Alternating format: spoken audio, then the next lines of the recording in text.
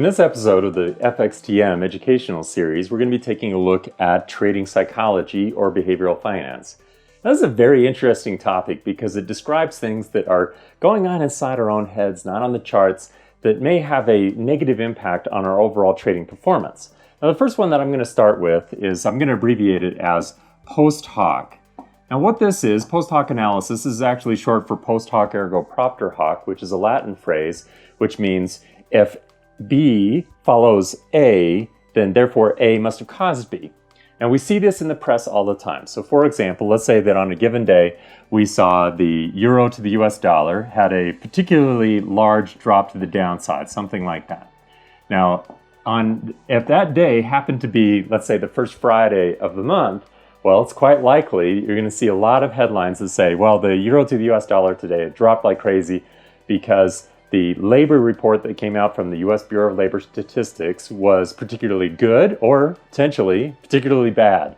So in other words, what they're doing is that after the fact, so post hoc, after the fact, they're attributing a reason. Now, in this video, we're going to talk about a couple of solutions that we can use to deal with the risks presented with biases. And at the very end of the video, I'm going to talk about probably the best technique for just dealing with this in your own trading as well. But what we can do here is always have the motto of putting things to the test. Ask for evidence. So in this specific example, if we see that the labor report is being used to explain why the euro to the US dollar went up or down on a given day, well, fortunately, we have access to that information. So we can very easily say, well, in the past, how likely was it that the dollar or the euro or what have you has gone up or down depending on whether that report was above or below a certain number or above or below expectations? Does the explanation that's been presented to me here in the news or by other analysts, does it actually make sense? So we never take things on face value, and certainly not the headlines, but instead we try to alleviate this risk by putting things to the test and being really consistent about it. The next bias that we all have to deal with is something that we call the disposition effect. Now, the disposition effect is something that we could also re-describe a little bit as the tendency that investors have to cut their winners short and let their losers run and run and run. Well, why is this? Why is this? Well, there's been some very interesting work done in behavioral finance to try to explain why investors act this way, and it's called prospect theory. In fact, the Nobel Prize was awarded for it some years ago, and it is a very interesting idea. It basically describes a curve that looks like this. So I've drawn a little graph here, and along the y-axis, I'm going to call that value. So above the midpoint here, those will be positive values. Underneath the midpoint here will be negative values. So in other words, how much do you value? Not in monetary terms, but from a personal perspective, how much do you value gains over here on the right-hand side or losses? So obviously, losses would be a negative, and we would expect that we attach a negative value to those. Gains would be a positive, and we would expect we would attach a positive value to those. Well, as it turns out, according to prospect theory, basically humans, we tend to value things in a counterintuitive way, where yes, we do certainly feel good about our gains, and the greater those gains are, however, the value that we attach to them, it kind of flattens out.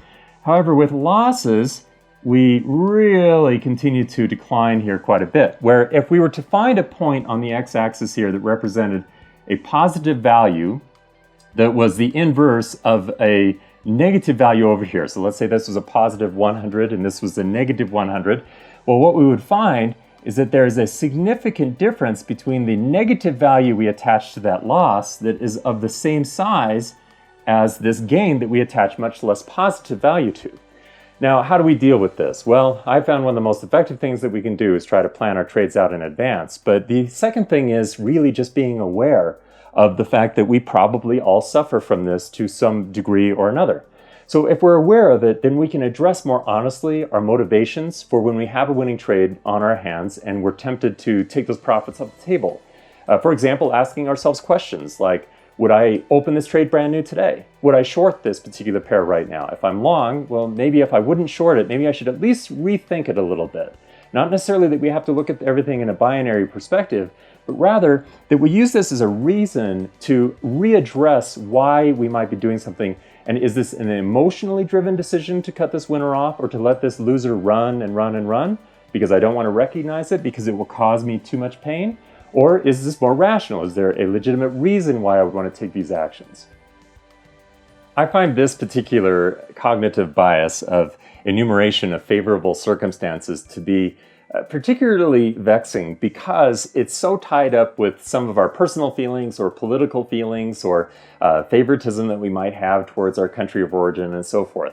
Now, what this basically means is we only look for information that tells us what we already want to know.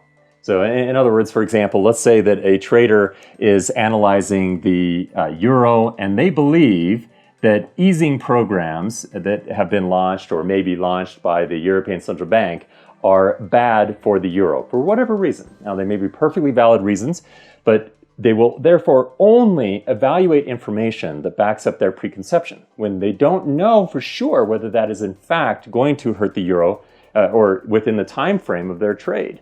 So if they don't know for sure that it's going to be able to do that, they will instead retreat into sources of information and analysis that only agrees with them.